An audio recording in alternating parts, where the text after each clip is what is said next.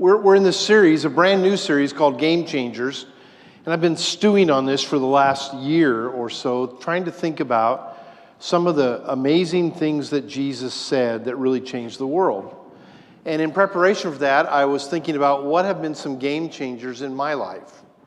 Well, Pam was a game changer for me, okay? 38 years ago we got married, and that was a game changer for sure. I never thought at all that I would find somebody as wonderful as she is, and one of my best friends says, you really outpunted your coverage on that one. And I thought, yeah, that's really true. I did. So I don't deserve everything that she gives to me and how she loves me and stuff like that, but she's a game changer. I was thinking about game changers in athletics. A missed double dribble call in the national semifinals is a game changer, isn't it? That's a game changer. Now, I'm not an Auburn fan, and I don't even know who else they played. Who'd they play yesterday? Virginia. I'm not really a Virginia fan, but that was a game changer, wasn't it? It really was. That could have changed the whole results of that. But there are more personal things that we become game changers in our life. For instance, some of you know this, but most of you don't, that every 3 weeks for the last 12 years, I've had to go to a doctor and have blood drawn. It's because I take blood thinners. And they got all these new blood thinners, which are supposed to be the greatest thing ever, and no doctor will let me take those at all. And it has something to do with genetics, and they took a bunch of blood once and said, no, you got to stay right on Coumadin, which is really hard on you over time. I mean, it's a difficult drug to manage, and you have to keep it between two numbers. And if it goes high, then you're in trouble. If it goes low, you're in trouble. So every 3 weeks, stick my arm out, roll my sleeve up, like that. And if you had known me as a child, you would know the story of Charlie getting his measles shot and it taking 2 or 3 nurses to hold me down. I'm scared to death of needles. And so I've had to really work to overcome some of this with these guys in these labs and doing that. So when I first moved here, I went to a doctor and they said, well, I got to take your blood. Okay, so he did. And when she came in, I rolled up my arm and thought they were going to wrap the thing around it and then jab me with a needle. And she says, oh, no, we just need your finger. I said, really? Yeah. And she took this little machine and she poked my finger. A little drop of blood came out. She put it right on that little machine there, and it read what my blood was supposed to be. And I walked out of there thinking, that's a game changer right there. Is that not awesome? I mean, the amazing things they can do and how easy that was. And I went back and back and back. And then my doctor changed offices. And when he changed offices, he changed hospitals. And he went from being very convenient over here to being clear across town. And I thought, I don't want to go all the way across town. It'd take me 30 minutes to get over there and blah, blah, blah and everything. But he's my doctor. He knows me, and so I'm like, okay. So I go in. He says, well, we need to take your blood and see how your blood's doing. So, okay. So I walk in. I go like this. And the tech looks at me like, what's that? Roll your sleeve up. And then he jabbed me and took out blood. And it's been that way ever since. So that little machine there was a game changer. Now, I don't get to enjoy it very much at all, if ever now. But for a few months there, I just thought, how cool is this? Just stick your finger out and you get jabbed. And that works pretty good. And doesn't hurt. You don't need wrappings and all that stuff. And I've had times when they've taken my blood out and then they've wrapped it and they didn't wrap it right. And blood's all over the place and stuff like that. So, it's kind of an annoying thing to do. But that little machine was a game changer. So you could probably think of moments in your life that were game changers. Maybe the birth of a child. Maybe it was marriage. Maybe it was a new job. Maybe it was the loss of a job. Maybe it was a new neighbor that came in and moved next door to you, and that changed everything about the neighborhood. Maybe they like hot rods. Maybe they like parking their cars on the street. And you didn't like that. You don't want that. And that's what the HOA says is not supposed to happen. And yet here they are doing that. And yet you don't want to fight them over it. And so you kind of put up with it. And it becomes kind of a game changer about whether you like the neighborhood or not. So think about Jesus for a minute as he rolls into the first century following the whole Old Testament period. Think about Jesus as he comes in, and there are lots of game changers because Jesus said things that were countercultural, they were unheard of, and they were radical. He said lots of things that were countercultural, unheard of, and radical. 2,000 years ago, Israel had been in a real funk. They really had some problems. God had not spoke to them for 400 years. And they hated that because they liked having communication with God, even if they didn't agree with it. But they liked that kind of communication. But for 400 years, nothing at all. And then Jesus shows up. And he shows up in a time when the religious leaders had decided that the way to control people was with rules and regulations that sounded like religious kinds of things, but maybe necessarily wasn't.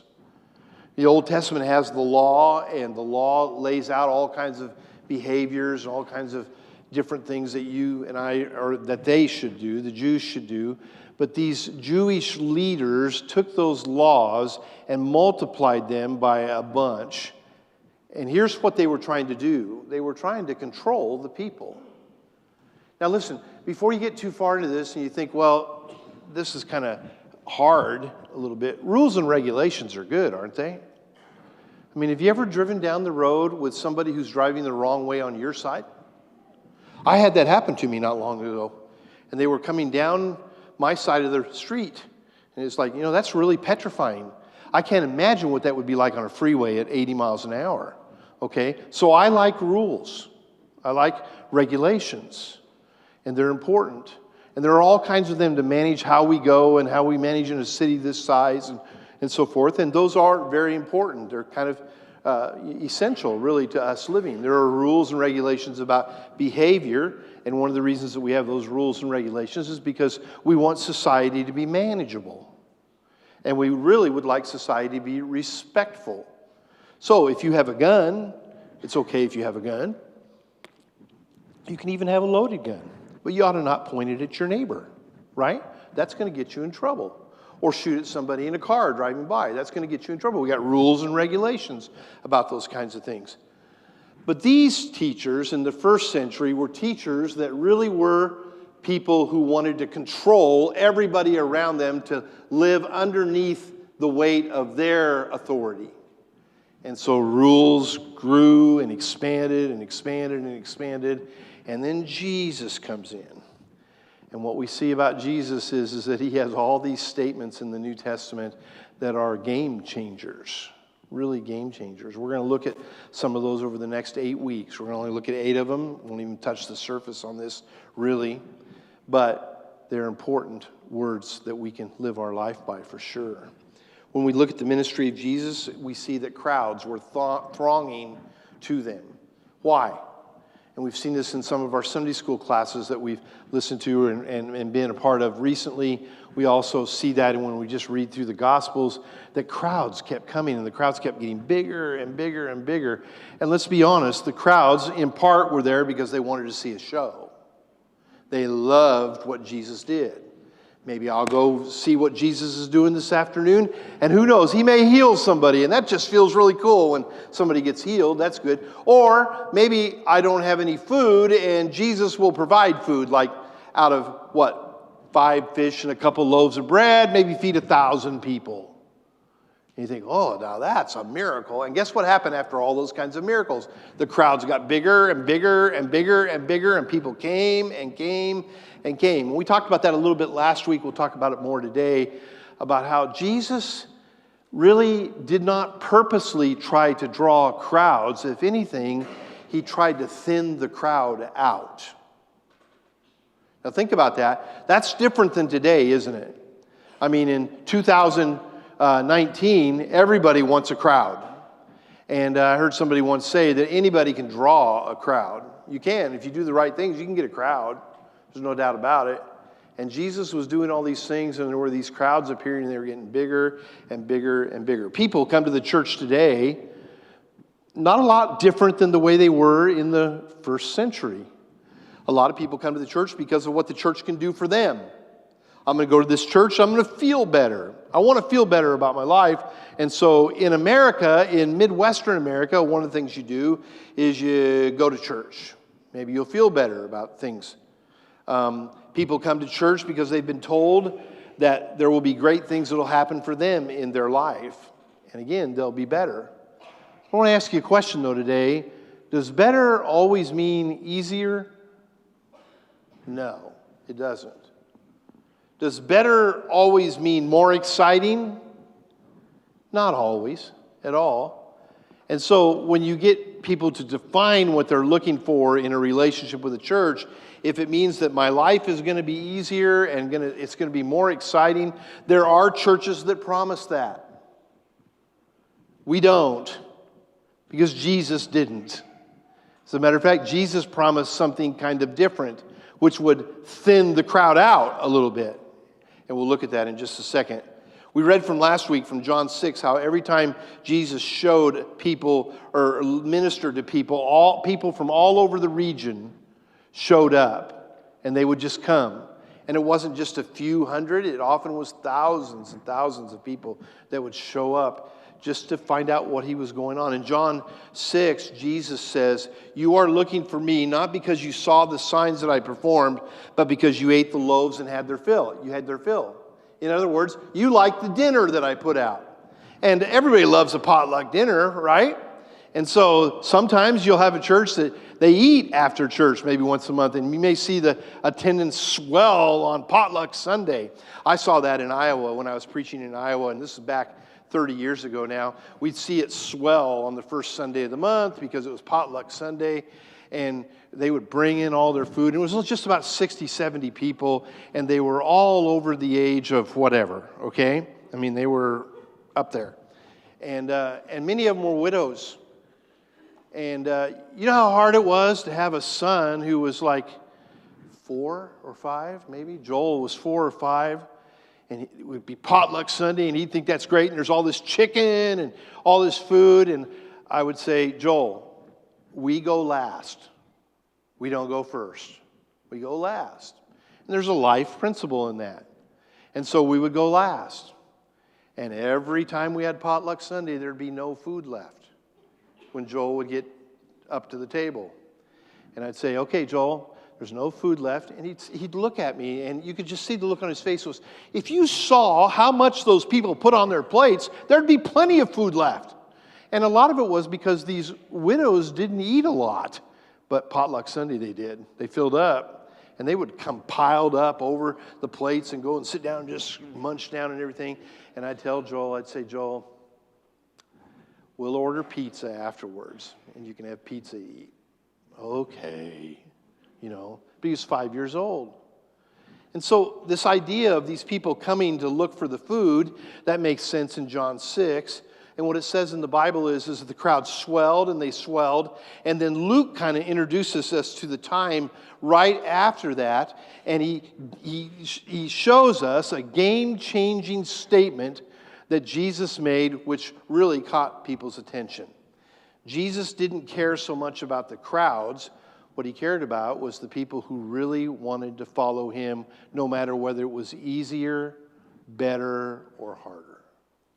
And so he says these words in John chapter 9, or in Luke chapter 9, excuse me. And these are pretty important words. And you can start with me. You got this feeding of the 5,000. And then afterwards, it says in verse 18, once when Jesus was praying in private and his disciples were there with him, he asked them, who do the crowds say I am? Now, have you ever read that statement and asked yourself the question, why was Jesus concerned about who the crowd said he was? Because they were missing the boat about who he was. And they replied, this would be his disciples, some say John the Baptist, others say Elijah, and still others that one of the prophets of long ago has come back to life. And then he asked the disciples, but what about you? Who do you say I am? And Peter pops up immediately, which is no surprise. You're God's Messiah. You are the Son of the living God. Any kind of phraseology there. And then it goes on in verse 21 and it says, Jesus strictly warned them not to tell this to anyone. And he said, the Son of Man must suffer many things and be rejected by the elders and the chief priests and the teachers of the law, and he must be killed and on the third day be raised to life. You see, this was the preview of coming attractions for these disciples. And literally what he was saying was, you may say I'm God's Messiah, and I am, but I don't want you to tell anybody. Why? Good question to ask here when you go through the Gospels is, why is he saying these things? Why does he say, don't tell anybody? It could be for one of two reasons. One reason could be the crowds would only swell bigger, and the movement to follow Jesus and to make Jesus the king over all of Israel could take hold, which would create all kinds of problems for Jesus. It wasn't what he came to do. He didn't come to be king over the land. He came to be king in people's hearts. And that was a lot different story. Or it could be that if the crowd swelled like they did, and they heard people talking about him being God's Messiah, that the rulers and the chief priests, the ones who were controlling all the people, that they would go and grab Jesus now and crucify him and bury him. And it wasn't Jesus' time at all. It wasn't time. And he says these words, which I read just a second ago, the Son of Man must suffer many things and be rejected by the elders and the chief priests and the teachers of the law. And he must be killed and raised again on the third day. And all of a sudden, he's giving these disciples a picture of what eventually is going to happen. And when I read that, I'm often thinking that the disciples must have been very confused because they saw the crowds, they saw the miracles, they saw the hurting people that Jesus helped, and in our economy of things, that means something good is happening that pleases God. People are showing up, people are being healed, people are being fed, the needs are being met. It's got to be of God. And yet when Jesus came, he never said the Son of Man came to draw a crowd, to make people not be hungry anymore, or to heal people when they're sick. Instead, he said the Son of Man came to seek and to save the lost. That was his mission here on earth. So I want to stop right in the middle here of this message. I just want to ask you a question. What kind of Savior is Jesus for you? Is he somebody that you rely on to make your life better and easier and smoother with no problems at all? How's that working for you? Okay? It doesn't, does it? We live in a broken world with all kinds of problems. It doesn't mean that we don't have a relationship with him, but we also have a relationship that provides us the strength to deal with the ups and downs of life. And that's why these game-changing moments are so essential for us to understand as well. And here's the game-changing statement in Luke chapter 9. Whoever wants to be my disciple must deny themselves and take up their cross daily and follow me. Let that sink in just a little bit for you. I know you've heard it before. You heard it last week as we talked about 9:23 last week. But have you ever really thought about how demanding that statement is? How much that requires of you? How much it requires of me? Especially in light of all of the crowds. If I could say something to you, and I'm not trying to demean anybody here, but don't get overly concerned about crowds. Crowds show up in football stadiums and cheer for their team. It's all good. 70, 80, 90, 100,000 people. Every weekend the stadium's open and everybody says, oh, that's really awesome. But there's something else that needs to go on in order for you and I to be right with God. And that means there needs to be a personal connection to the one who has saved your soul. And that doesn't always happen in a crowd. Sometimes it happens in a bedroom where you're just reading the Bible and all of a sudden you sense and know that God is speaking to you. And you may fall flat on your face. Think about Isaiah and Jeremiah and others who came in contact with God. And what do they most often do? They fell on their face. I've heard people say, and I probably have said it myself, that when I get to heaven, I'm going to stand before God, and I'm going to say, I want to know why this happened, and this happened, and this happened, and why this happened, and this happened. It's time for explanations here. No. You know what I'm going to do when I get to heaven, standing before the throne of God? I'm going to fall flat on my face. I really believe that. And I'll probably say something like Isaiah did, woe is me. I can't stand in the presence of God like this. Now, God will put me in the right place and in the right way, but don't be enamored with all the crowds that people draw, because they can draw them with a lot of different things. Jesus says to all people, if you want to be my disciple, you must deny yourself, take up your cross daily, and follow me. That was a game changer. First of all, it was to all people. And that's an important thing. This statement was made not just to his closest disciples, but to all of them who were gathered to see the miracles and the food and maybe get a good meal. Everyone got in on this one. Now, Luke 9:23 is not a secret handshake. It's not a secret sauce.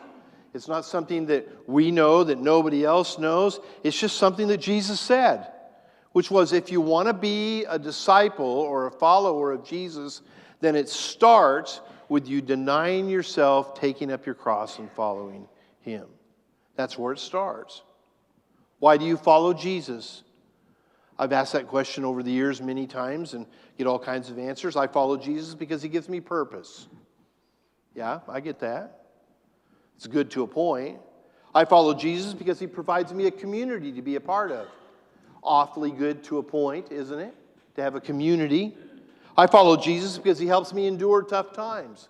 If you've been through tough times, you know how Jesus can help you endure those times, and obviously that's good to a point. There are other people who follow Jesus because he's going to do good things for me. And then Jesus becomes a genie in a bottle. And if you rub that bottle just right, Jesus will pop out and he'll do whatever you want him to do. Give you 3 wishes. Some follow Jesus because they see him as a way to fit into the culture. That is especially true in the Midwest of the United States of America. I mean, if you ask people, do you go to church? Most people will say, well, yeah, I don't go every Sunday, but I show up once or twice a year, maybe more, maybe once a month, all those kinds of things. It's kind of a thing that you do. And you never really think about it in the Midwest until you go to the far eastern part of the United States, where if you ask somebody, do you go to church, you might get run out of town. What are you asking me for that? That's between me and God. Anything to do with you. Okay. But this game-changing statement says something that none of us really want to do. It says if you want to follow Jesus, then you start by denying yourself. Denying yourself. Last week we talked about this a little bit, and I talked about it in a very narrow sense. I talked about it being how we deal with selfish ambition, but it's really more than that. Deny means to repudiate, to renounce, or to disown. So, let's see, it's been 19 years since Pam and I were invited by some friends at the church that we were at to go to an OU football game. And we thought that was pretty cool because it was a football game where they played Nebraska. And if you don't know, Pam is from Nebraska, die-hard Nebraska fan through and through.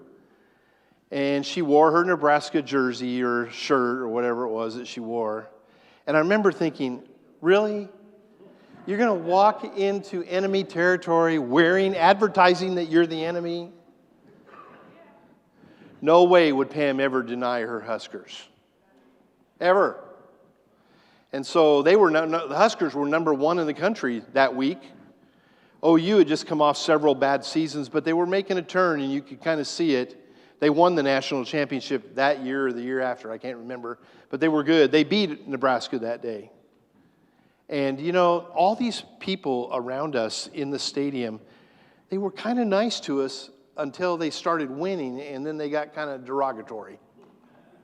This would have been a really good time for Pam to take her shirt, pull her shirt off, and have an OU shirt underneath of it.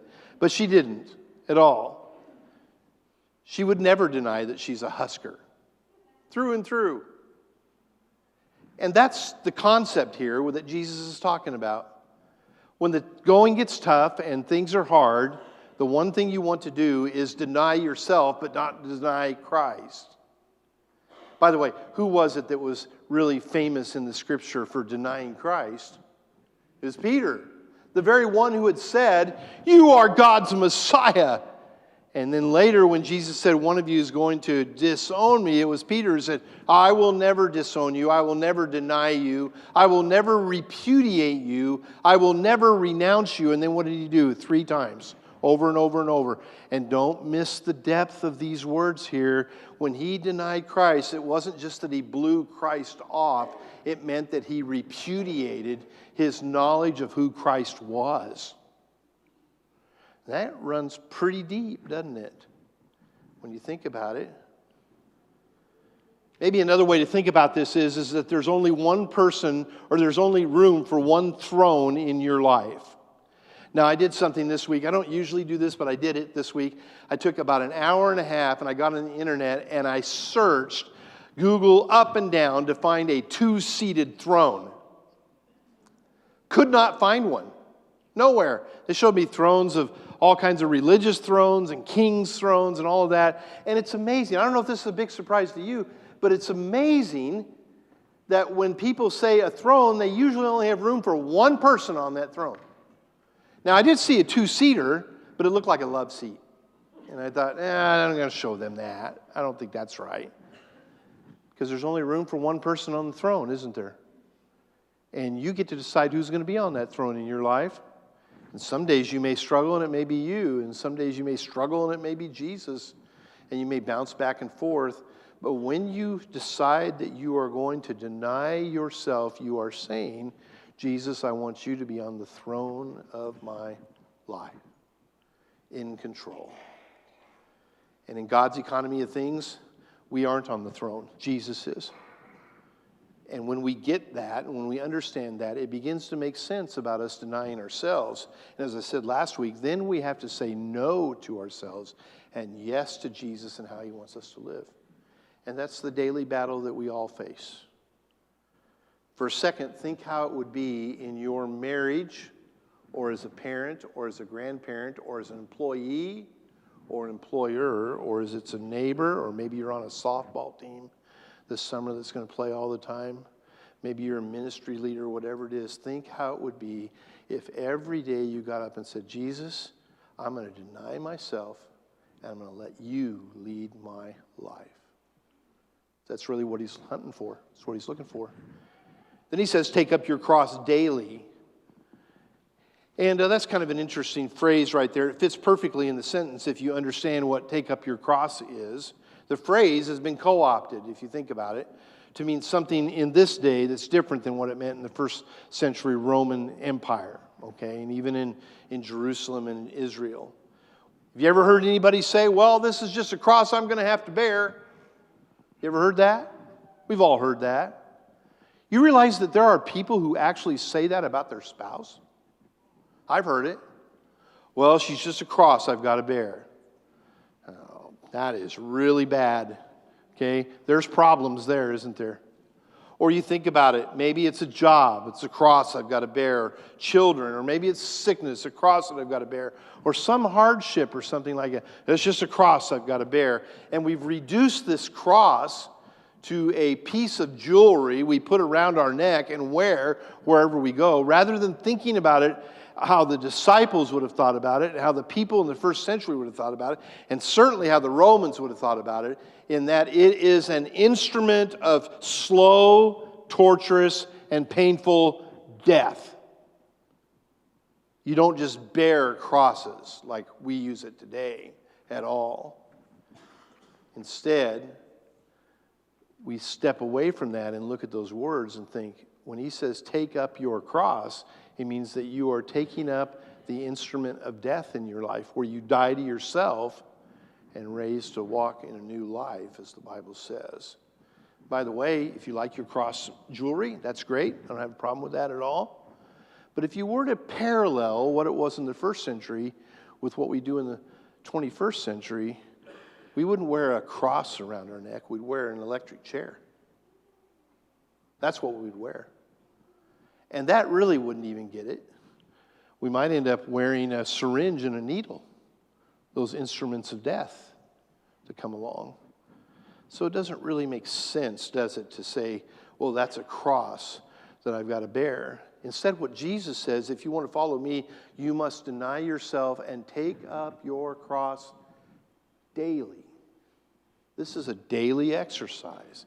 It takes discipline and effort on a daily basis. It says what you're saying is you're making an intentional decision every single day that today I'm going to live for Christ and not for myself. I don't know how you are at that. Here's what 1 Timothy chapter 4 says. We should discipline ourselves for the purposes of godliness. The purpose of godliness. Disciplining yourself never comes in the form of just one step, by the way. If you decide that you're going to discipline yourself, it is a bunch of steps in a row, isn't it? Take, for instance, the basketball phenom Zion Williamson at Duke. Remember him? He got knocked out last week. Got a picture up there. That's how I looked in high school. Look at those muscles. You know how you got those muscles? The story goes that he started training to become a professional basketball player when he was 5 years old, getting up every morning and going out and shooting baskets. And then got a trainer later in life and started working on it. And he's been disciplining his life ever since. That's how you end up looking like that. That's how you end up with multi-millions of dollars of contracts and shoes and all this kind of stuff. And what it is nice is that at least as far as anybody can tell is that he's just as good a person off the court as he is a star on the court. And you think, I can go with a guy like that. A guy who understands discipline and effort. And that's really what God is asking us to do, to train ourselves to be godly. And that means having discipline and effort in our life. That's a game-changing statement, because what was prevalent in the first century was, I'll give you a bunch of rules, you check it off on the list, and you'll be okay. And here was God saying, be disciplined and make the effort to be godly. And then the last thing is to follow me. Now, I hope you saw the theme that Micah brought us in the worship music. It all fits this verse really good. And I love the effort that he and others put toward making the music kind of tie into what I'm preaching. Because there's a lot in those songs about following Jesus. To follow somebody means to stay close enough to someone that you can see what they do and know why they do it without getting ahead of them. So I was trying to think about an example of that. And in 2000, actually, yeah, it was been 2000, maybe 99, 2000, we moved from Kentucky back to Oklahoma. And all of a sudden, we had a driver in the house, a daughter that was 16, maybe 16. She was 16, 17.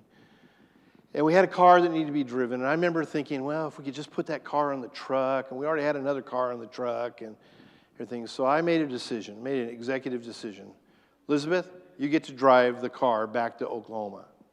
Which at that point was the greatest moment in her entire life. I mean, she thought that was awesome.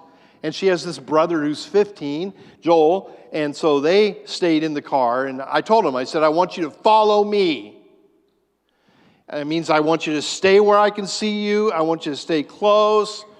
I'm nervous. I'm really nervous about this and thinking there's all kinds of things that could go wrong. And sure enough, we start heading down the freeway and we don't get very far, maybe to Evansville or someplace like that, a couple hundred miles. And I start noticing in the rearview mirror that Joel and Elizabeth are just laughing hysterically. And I'm like, they need to be paying attention to driving. And they're not. But I don't have any way. We didn't have cell phones that did all the stuff we do now. And so it's like, and then I noticed that when I looked back there was no Elizabeth, that she was way back there.